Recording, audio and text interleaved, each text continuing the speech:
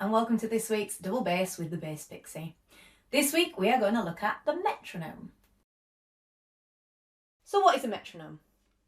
A metronome is a device that is designed to click at regular intervals.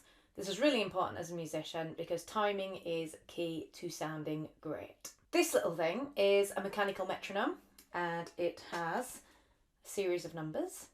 It has a little weight that you can slide up and down.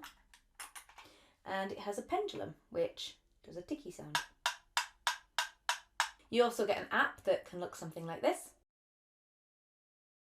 There's lots of apps out there on the market. They're really good. They keep a consistent tempo. And I will put the download link to this app that I use in the description below. I used to ask this question a lot when I was a child. I hated metronome practice. It was boring, it was tedious and really annoying. But now I'm an adult, I am so glad I got that foundation in there because it is useful as a professional musician in so many ways. Number one, and most importantly, it helps you keep tight when you're playing with other musicians. As a bass player, in most styles of music, you and the drummer create the foundation to the songs. And to be able to be tight with the drummer, which means you and him are both hitting the beat at the same time, is essential to create that foundation for the soloist and the vocalist to be able to play over and sound really good. Number two, if you're playing music that people like to dance to, you need to be able to keep a regular tempo that works for that style of dance. If you're too slow, it's gonna be boring to dance to. If you're too fast, they won't be able to pull off the moves they want to do. Number three, playing to a metronome helps you control your speed. Everyone has a tendency to speed up or slow down. That's just kind of a natural thing if you haven't learnt to play to a metronome in the past. And a lot of the time, even if you have, nerves can make you push your speed and play faster and faster. If you're maybe tired or a little bit bored because you don't like the music you're playing or what have you, or maybe even distracted, you might slow the song down and make it drag. Those two things are really undesirable and don't make good music. Metronomes are also great to practice to. So if you start practicing a song that is new to you too fast, you're going to make mistakes. And if you make mistakes and you practice those mistakes end up being in your song. So when you come to play with a live band, you'll practice and play those mistakes. It's going to sound terrible. So if you set a metronome to a really nice slow speed that's a lot slower than the original song, and you set it to a speed that you can play without mistakes, and then you gradually increase that speed where you're comfortable to a point where you're still not making mistakes. If you get to a point where you're doing it, you've increased it so much that you're making mistakes again, bring it back. But if you keep it just increasing gradually, then eventually you'll be able to play it at the correct tempo without making any mistakes. Which leads to number 5, a metronome can help you track your improvement. So if, again, you're learning a song and you've slowed it right down, you can then say, oh, I can now play this song at, say, 60 beats a minute accurately without making mistakes. And you might not notice in your practice when you're making really tiny advancements, but with a metronome, the difference between 60 and 61 beats per minute is minute. But if you can then track that improvement, you've actually got a number to say, oh, I can play it faster than I did last week, which you might not notice if you didn't have a metronome. Number 6. It helps you play modern music better. Most modern music is recorded to a click because modern music a lot of the time is designed to dance to, or it just having a click, having a regular beat just helps that music feel a lot better. Some people might argue that with a click or a metronome you do lose the feel. It is possible you can, especially if you're new to playing to a click. The feel can go completely out of the window. But being able to at least play very close to a certain tempo, that is really important, especially in modern music. Number 7, if you want to do sessions or you plan to record with your band, as I just said, a lot of the time you'll be playing to a click. And if you've never done that before, until you set foot in that recording studio, you're going to really struggle. If you don't do it to a click, that's okay. You know, a lot of people don't. If you have a really good internal metronome and you can keep a regular time, great. If you can't though, or if one of your band members can't, you might struggle. You might end up starting a song too fast, or it might speed up and slow down during the recording process. And then this is a permanent thing. You've got your recording, that's what you're going to give to your fans, that's what you're going to sell. And if that is quite dodgy and the tempos are all over the place, it's not going to make a great product. So learning to play to a click before you go into that recording studio is a really useful tool to have. And lastly, it can help you learn complicated rhythms. So if you are trying to learn a complicated rhythm and you're struggling with the timing and things like that, getting your metronome out and maybe setting it to a recording of that to see how it fits in with the beat, and then try and emulate that playing along to the click, and especially again slowing it right down, then bringing it back up, can really help you learn those more complicated rhythms. So what is tempo? If you're going to play to a metronome, it's really important you know what the word tempo means. So tempo is basically how fast or how slow the song is played. And that is measured in BPM, or beats per minute. So all beats per minute means is how many clicks there are, or how many beats there are over the space of 1 minute. So a clock is essentially a metronome, but a metronome that you can't change the time of, the tempo. A clock will standard naturally play to 60 beats per minute, hopefully, as long as you've got a good clock, which works out at 1 beat per second. So that's your tick, and that's essentially how a metronome works. But you can change the time, the tempo, how many beats per minute that metronome will click at. So if you look at this metronome here, I can set it to 60 beats per minute. And you can hear that that's around 1 beat per second. Well, it should be exactly 1 beat per second if you've got a good metronome. Or we could set it to, say, 120 beats per minute. That actually works out at 2 beats per second. That's double the speed of 60 beats per minute. Or we can slow it down and maybe do something like 40 beats per minute.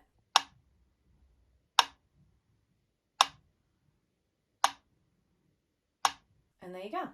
That is tempo and BPM. So there are 3 general ways to do this. Number 1, if you are playing from sheet music, you will find the tempo generally in the top corner. So you might have a number there. There'll be a number which indicates your beats per minute, and you'll have the type of beat that it is. So it'll have a number, an equal sign, and it might have a crotchet or a quaver. A crotchet is what you'll generally find. A crotchet is a 1-count note. And that will be how it is. If you don't read sheet music and that's confusing, that doesn't matter. We can look at that in another video, learning how to read sheet music. You will also find sometimes on a sheet of music a word. So you might not have an exact beat per minute, you'll just have a word. The word might say something like presto or allegro or something. If you take a look at the metronome, you'll see there is all those words, and on those words are a range of numbers. So if you have, say, allegro, you want to play it within the range of numbers that is listed on your metronome. If you've got an app, you won't have that list, but I have put a cheat sheet in my Patreon. So if you're a patron, you can go over to the website and you can have a look at that cheat sheet with all the different terminology and the beats per minute that fit into those terms. The second way you can find a tempo for a song is you can Google it. You just type in, what is the tempo of da da da?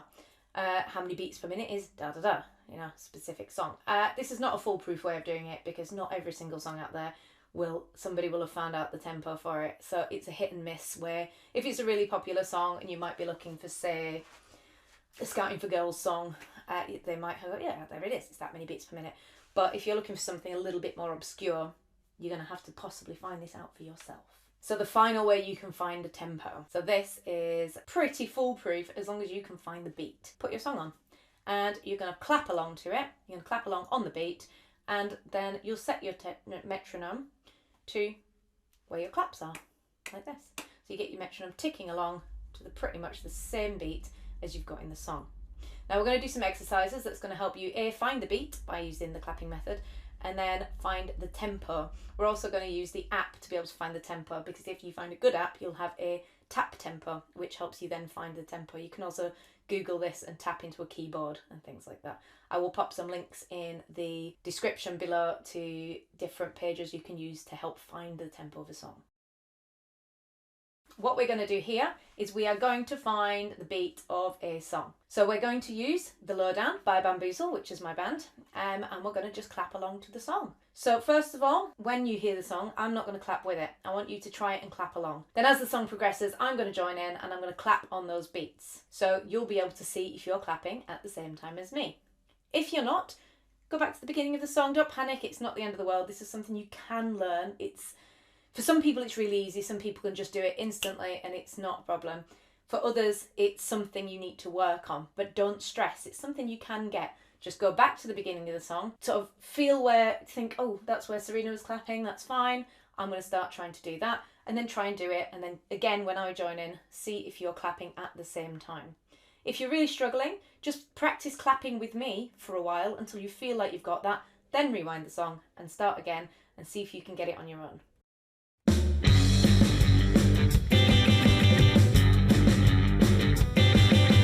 Baby doll, you know I've always had a crazy thing for you, but now you got me hanging on a string for you.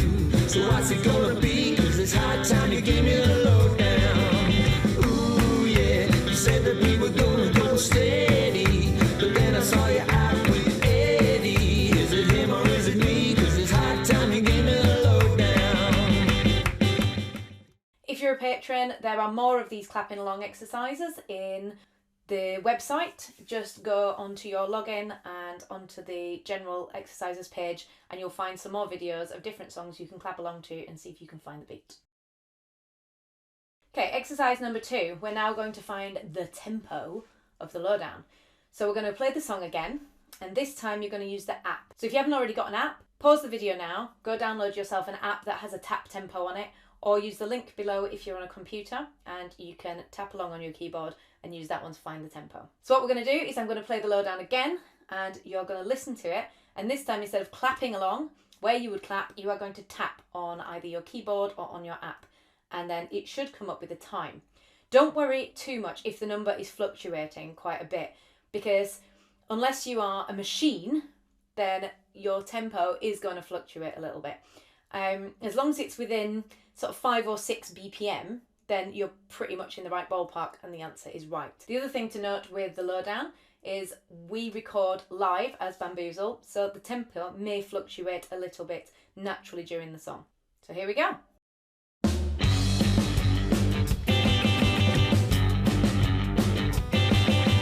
Baby doll, you know I've always had a crazy thing for you, but now you got me hanging on a string for you. So what's it gonna be? 'Cause it's high time you gave me the lowdown.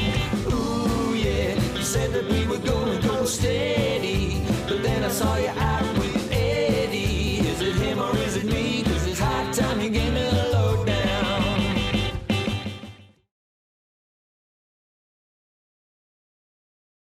Did you get it? Again, if you're one of my patrons, there are a few more exercises like this on the website, so head over there and see how you do.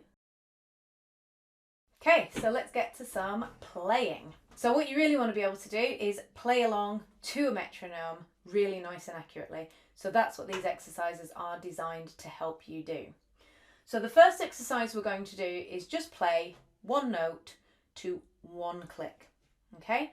So it's as simple as setting your metronome to a speed and playing one note to every single click and seeing how accurately you can play dead on that click.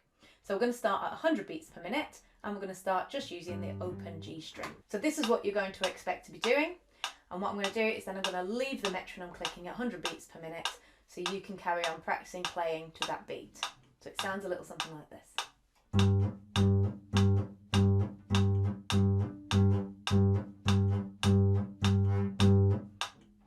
And when you get confident playing it like that, change some strings. So maybe go G, D, A, E, A, D, G, and keep repeating that sequence.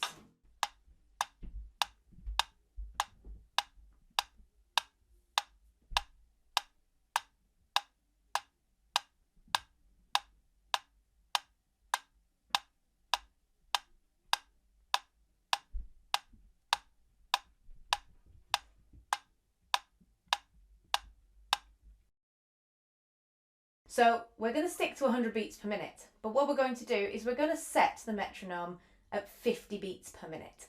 So what we're going to be doing is playing 2 notes to each click. So you want to be making sure your first note and your third note fall exactly on that click. It's going to sound a little something like this.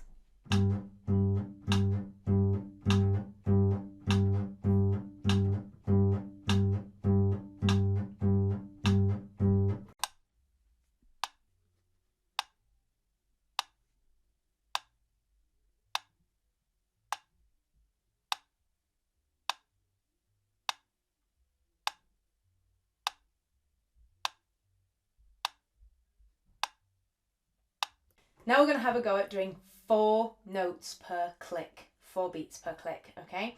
We're going to set the metronome to a slightly different time. So what I'm going to do is I'm going to play it for you on 1 note per click, then we're going to set it down for the 4 notes per click. So the reason I'm doing it on a different time is because currently I'm using a mechanical metronome, and some of you out there might only have a mechanical metronome. So if you're using a mechanical metronome, generally they only go down to 40 beats per minute at its slowest. But what we're going to do here is we're going to put it up to 160 beats per minute. So then at 40 beats per minute, we can play 4 notes to the bar. So at 160 beats per minute, this is what 1 to the bar sounds like.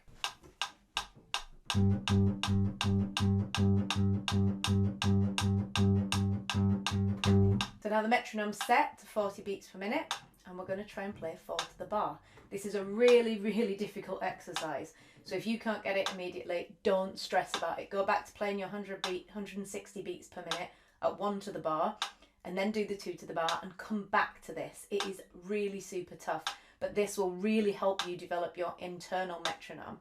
Try and make sure your notes are evenly spaced apart and you're not jumping to be on the beat.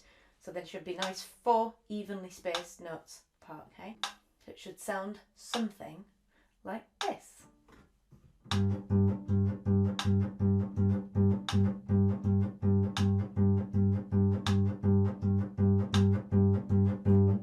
Okay, so I'm going to leave that going. Practice away.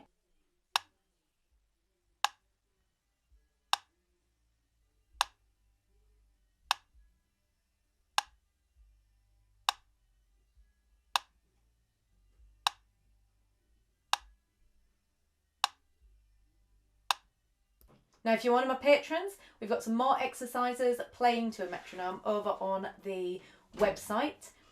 This includes playing in 3/4 time, which is 3 beats to a bar rather than 4 beats to a bar, and also playing triplets, which for you rockabilly players out there, playing that triple slap, that's a really important exercise for you to be able to understand how to play triplets in time. It's quite a difficult thing to do, but to be able to internalise how to play triplets using a metronome is a really good exercise. So the next exercise we're going to do is we're going to learn some scales. So you're going to use the same technique as we just used, playing the open string. Okay, so you're going to play your scale, whichever scale you want to play, and you're going to play it to 1 click per note. Okay, and I'm going to show you how that's done. And then once you get good at that, you're going to play it 2 clicks per note, and then you'll do 4 per note.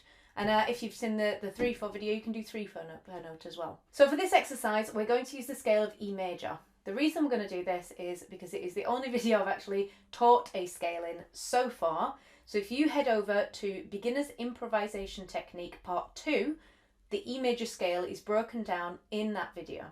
I do plan to do some more scales in the future. Scales are fantastically important when it comes to music, especially to improvising, which is a really useful tool, especially if you want to play with other musicians. Scales are, again, as a kid you hate them, but they are super important and actually give you so much freedom as a musician once you understand how to use a scale and how it fits in with what you're playing. So we're going to use all the techniques that we've done so far. We're going to start this scale currently at 80 beats per minute. That might be too fast for you. If you're finding you can't play the E major scale at 80 beats per minute, take your metronome, slow it down, start at 60, start at 40, whatever speed you need to do to make no mistakes throughout this scale. You might want to go off and just learn it without a metronome first. If you're completely new to it, just learn it without a metronome. Get your fingers around the notes and the shapes, okay? But then once you've learned it, once you're feeling a little bit more confident, get your metronome out, practice the metronome like this. 1, 2, 3, 4.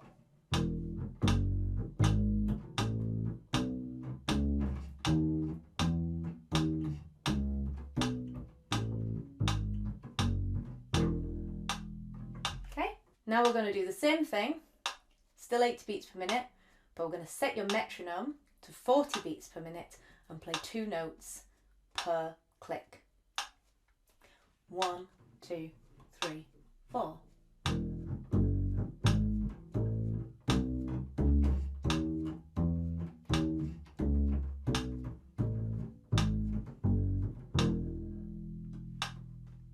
Make sure you're going away and you're putting your own metronome on and playing it without me, because if you're playing it with me, you're just playing it to lock into my notes and you're still only doing 1 beat per minute. So go away, put your own metronome on, play it to 40 beats a minute. Once you speed up, again, you can play it slightly faster, then do it to the 2 to the beat, and then 4 to the beat. So do this with all your scales and you'll be an expert, and your fingers will know where to go without even thinking about it, and they'll be in time. So we're not exactly specifically going to do any exercises here, but we are going to look at how to use a metronome to practice a song that you are learning. So if I'm learning the bass line to say something like The Pink Panther by Bamboozle, which is a song tutorial that I have put up online, and it's an original version of the Pink Panther that we have put together and recorded. It's quite a complicated bass line, so I'm not going to go, do you know what, I'm going to jump in at the speed it starts at and try and play that song. I'm going to go, no, I'm going to set my metronome really steady and I'm going to start playing that song. So I might set my metronome to something like 50 or 60 beats per minute. So let's have a look at that. So this is super, super slow now for this song. So if I'm looking at this bass line, I'm thinking...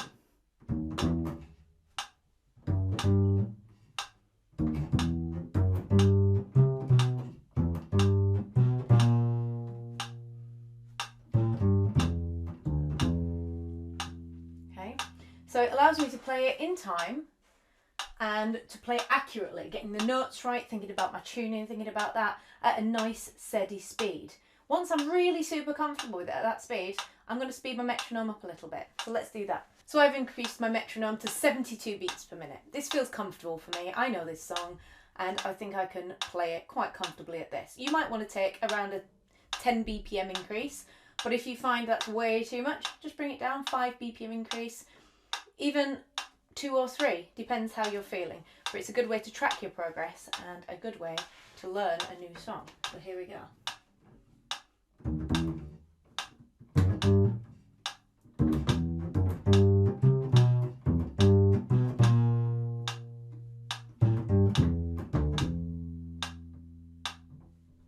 And then I'm going to keep doing that. I'm going to keep increasing it in small increments until I hit the tempo of the song that I want to be playing.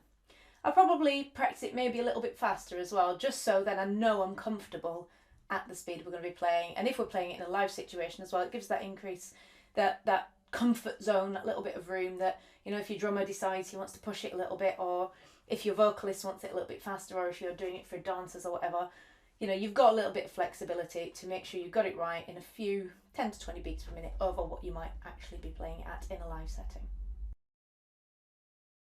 Okay, the last thing I want to talk about here is also using Ireal as a metronome. So if you have Ireal Player, the download link is in the description below.